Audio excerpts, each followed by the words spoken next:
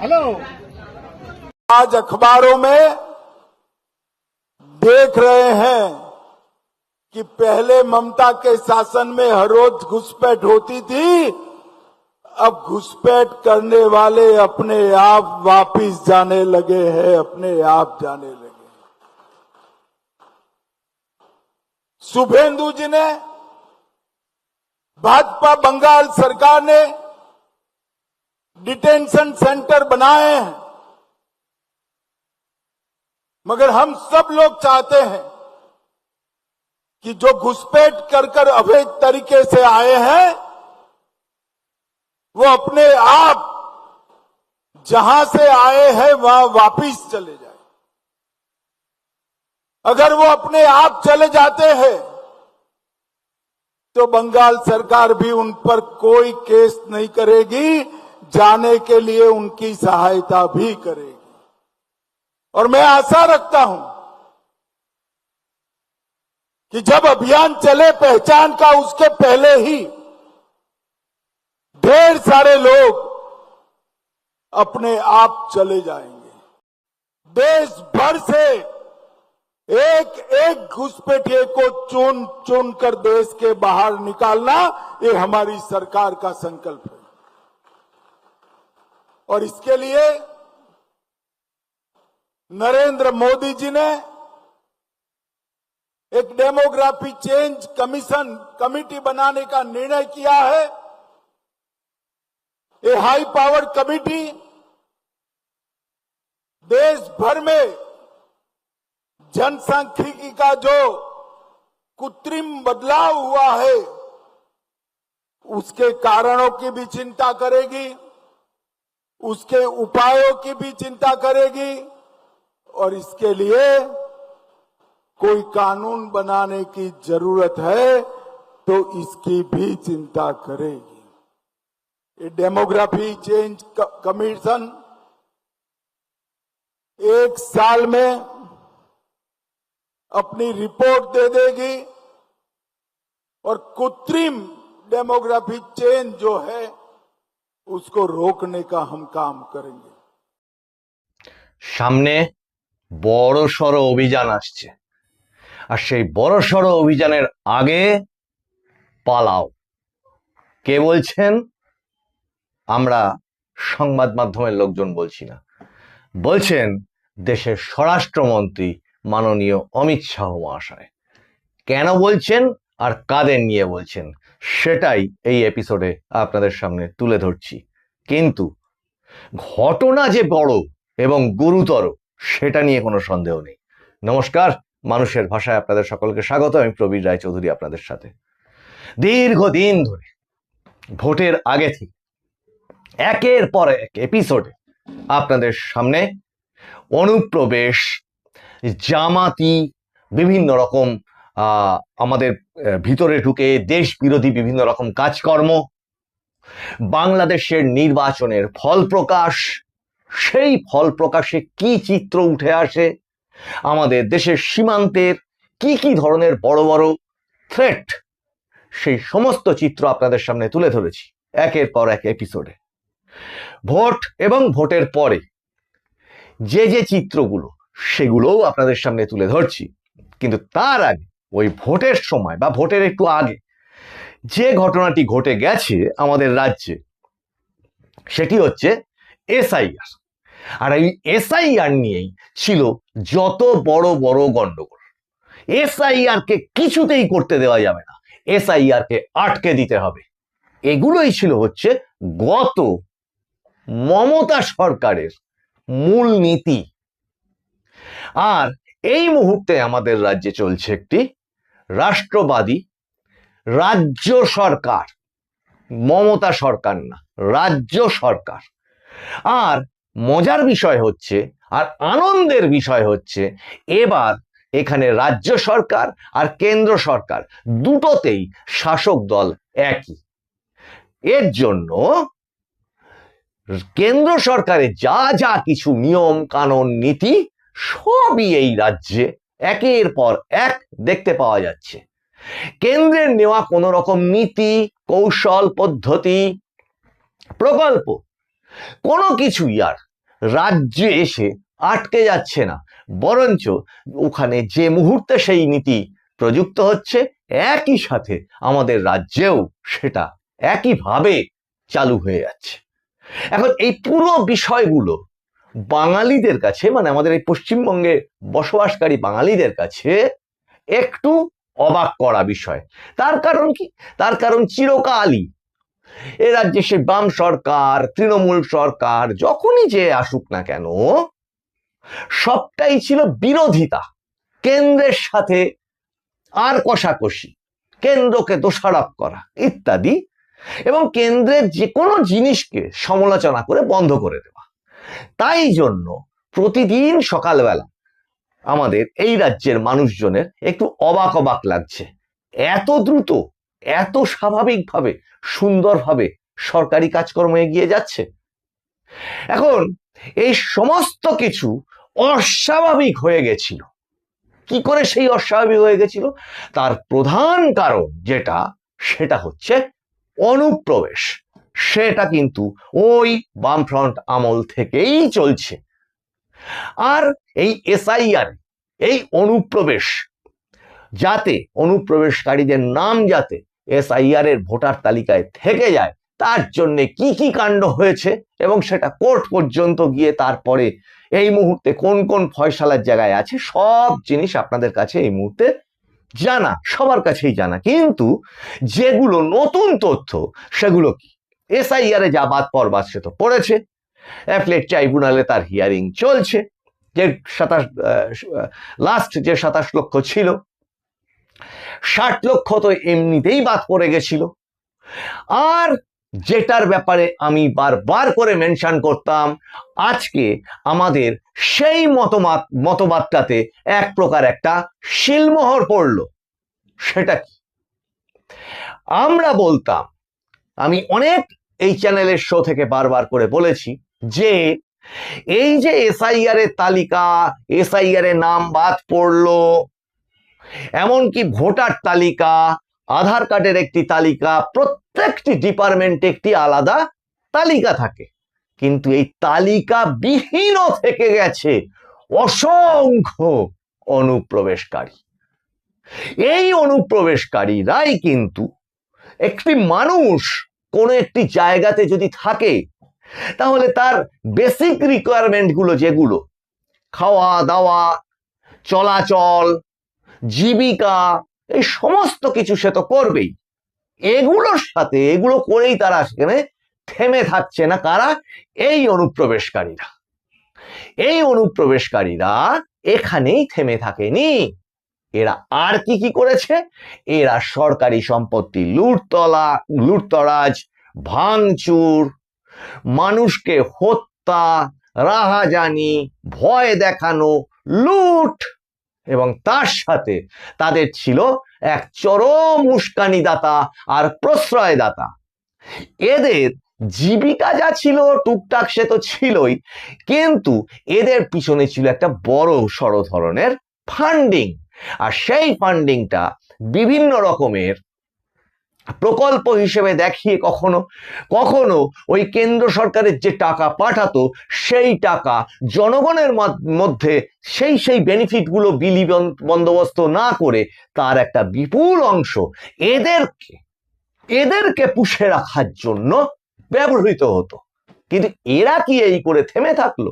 না, এরাই কিন্তু ওই প্রশ্রয়দাতা, উস্কানিদাতার মাধ্যম দিয়ে একের পর এক সেই সিএ আন্দোলন, এনআরসির নামে তুলকালাম কাণ্ড, মোথাবাড়ি কাণ্ড, এই রিসেন্ট যেটা হয়ে গেল জুডিশিয়াল অফিসারদের ওপরে, সব কিছু এরাই কাণ্ডগুলো ঘটিয়ে গেল। শুধু তাই না, এরা সবচেয়ে বড় সংকট তৈরি করলো যেটা, সেটা হচ্ছে ডেমোগ্রাফি চেঞ্জ। এক একটি নির্দিষ্ট গ্রাম এবং শহরের জনঘনত্ব থেকে শুরু করে মানচিত্র অনুযায়ী এক একটি জায়গাতে যে পরিমাণ ঘর বাড়ি পুকুর রাস্তাঘাট যা যা কিছু থাকে মানুষের জীবনযাত্রা অর্থনীতি এইগুলো নিয়ে একটি গ্রাম শহরের পরিবেশ তৈরি হয়, যেটা আমরা ছোটবেলা থেকে ভূগোল বইতে পরিবেশ ইত্যাদি পড়ে বড় হয়েছি। এরা সেগুলোকে মুহূর্তে মুহূর্তে পাল্টে দিতে থাকলো এবং আমাদের দেশে আমাদের রাজ্যে আমাদের ভারতীয় নাগরিক প্রকৃত নাগরিক যারা বিশেষত হিন্দু সমাজ তারা কি হলো, তারা নিজের দেশেই ঘর বাড়িহীন হয়ে এক প্রকার উদ্বাস্তু হয়ে এদেশের থেকেই এদেশে আর একটি জায়গায় পালিয়ে গিয়ে আশ্রয় নিতে বাধ্য হল।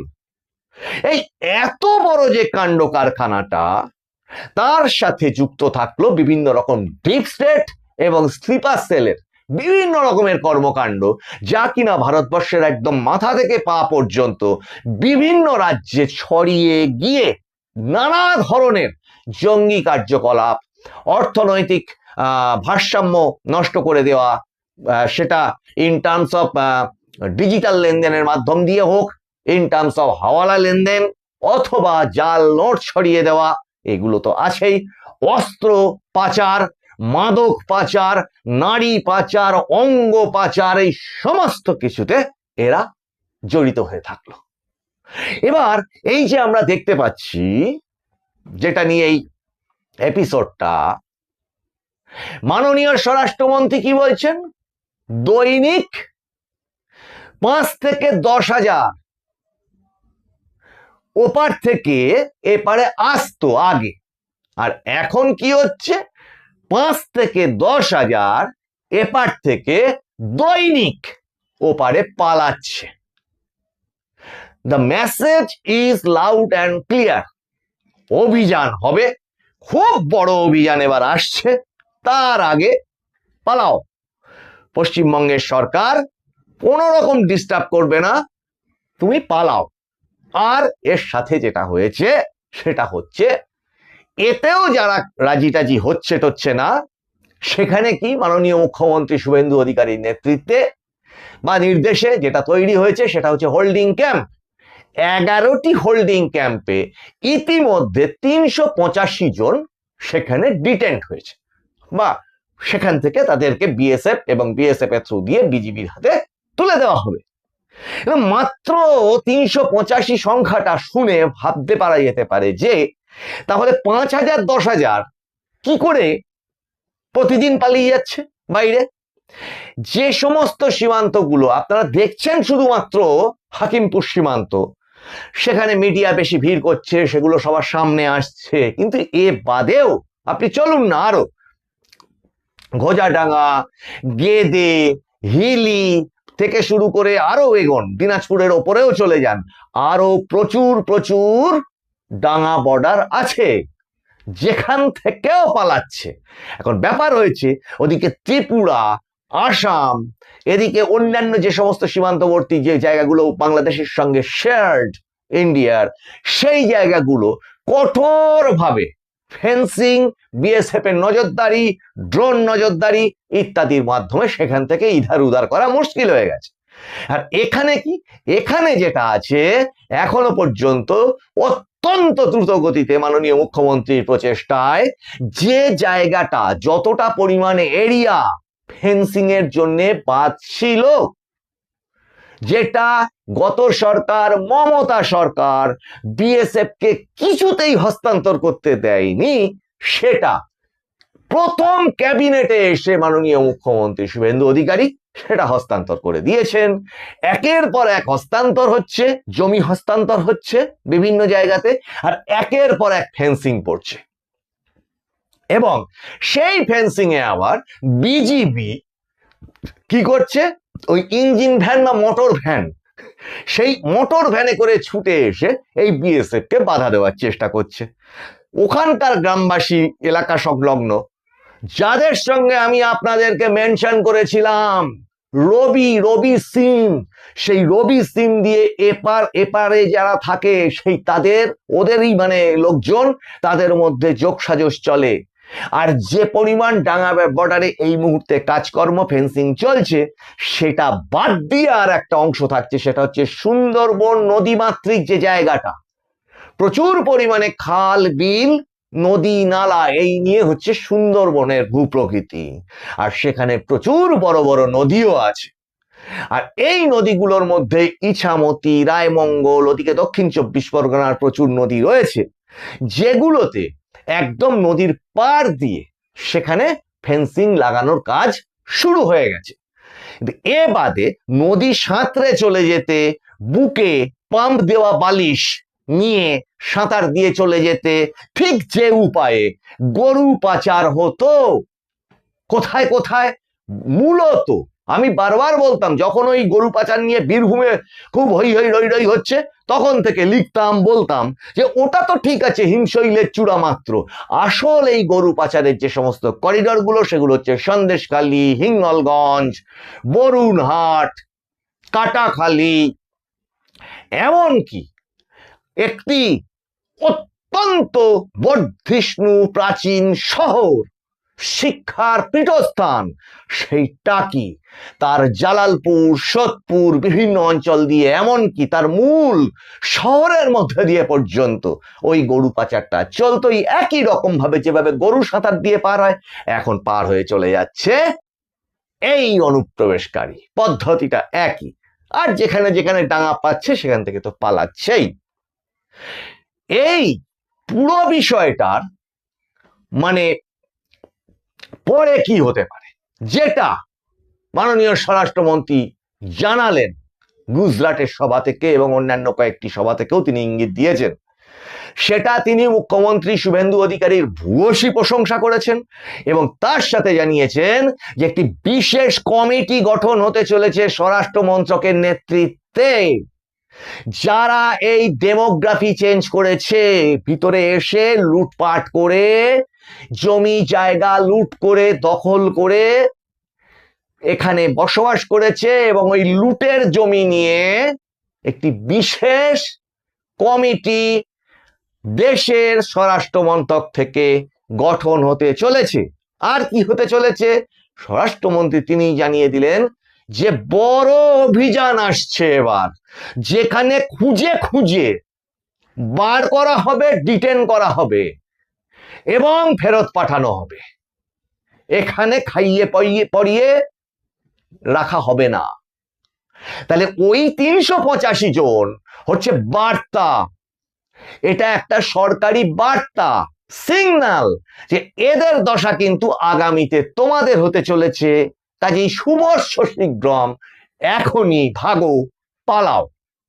আর এই সমস্ত প্রসেসটা না হলে দেশের অগ্রগতি, রাজ্যের পরিচ্ছন্নতা, মানে সামাজিক পরিচ্ছন্নতা, শান্তি শৃঙ্খলা, সমাজ, এ কোনোটাই সম্ভব হয়ে উঠবে না। ওই আপনাদের আগের এপিসোডে বলেছিলাম, লক্ষ্মীর ভান্ডারে শুধুমাত্র 30 লক্ষ সন্দেহজনক ঢুকে বসে রয়েছে, শুধুমাত্র লক্ষ্মীর ভান্ডার, যেটা অন্নপূর্ণা ভান্ডারে সামনের মাস থেকে চালু হতে চলেছে। 30 লক্ষ, যার মধ্যে আপনাদের বলেছিলাম পুরুষ, সংখ্যালঘু পুরুষ, তারা ওই লক্ষ্মীর ভান্ডারের টাকা পেত। কারা তারা? এই যে বর্ডারে বিভিন্ন সাংবাদিকরা গিয়ে তাদের প্রশ্ন জিজ্ঞাসা করছেন, কারা তারা? তারা ভোট দিয়েছে, এখানে লক্ষ্মীর ভান্ডার থেকে শুরু করে সবকিছু পেয়েছে, পেয়ে এবার দেখছে আর হবে না, এবার পালাচ্ছে। সামনের এপিসোডে আপনাদেরকে বলবো এসআইআর নিয়ে সুপ্রিম কোর্টের কি রায়, এবং সেই সুপ্রিম কোর্টের রায়ের সাথে আমাদের রাজ্যে চালু হতে চলেছে জনগণনা। কাজে এই জনগণনাও কিন্তু এই মমতা সরকার আটকে রেখে দিয়েছিল, অর্ডার হয়ে গেছিল কিন্তু হতে দেয়নি, মানে কোনো কিছু গোনা যাবে না, গুনতে গেলেই এরা বেরিয়ে পড়বে। আর এরা বেরিয়ে পড়লে ছিল ওনার সবচেয়ে বড় অসুবিধা। আর এরা যারা দেখছেন যেটা এইভাবে পালাচ্ছে, তাদের যে মাথাগুলো বসেছিল এখানে, বা বসে এখনো রয়েছে, প্রভু শাহজাহান, জাহাঙ্গীর এগুলো তো ধপধপ করে পড়ে গেছে, পালিয়ে গেছে, এগুলো হয়েছে, কিন্তু তার যে পরের লেয়ারটা আর তার পরের লেয়ারটা, এই লেয়ারগুলো এখনো এখানে বসে আছে। এরা যেতে গেলে একটু আওয়াজ হয়ে যাবে, তাই কিভাবে যাওয়া যায় সেটার সন্ধানে আছে। আর যারা যারা সন্ধান করছে না, এখনই সন্ধান করে নেওয়াটা বুদ্ধিমানের কাজ। যে পালায় সে বাঁচে। শুধু দর্শকবৃন্দ, আপনাদের এপিসোডগুলো কেমন লাগছে জানাবেন। দেশের সুরক্ষা, দেশের সমস্ত কিছু সবার আগে, নেশন ফার্স্ট। আপনাদের মতামত আপনারা জানান, লাইক, শেয়ার, কমেন্ট করুন। আর কমেন্ট করার সাথে সাথে এই পুরো এপিসোডটা যদি আপনারা শেয়ার করেন, তাতে আপনাদের কমেন্ট, আপনাদের মতামতগুলো বহু মানুষের চোখে পড়বে। আপনারা নোটিফিকেশন অন রাখুন বড় বড় ইনফরমেটিভ এপিসোডগুলো নিয়ে। সামনে আবার আপনাদের সঙ্গে দেখা হচ্ছে। আপনারা নজর রাখুন মানুষের ভাষার পর্দায়। মানুষের ভাষা সবার মনের কথা বলে। নমস্কার।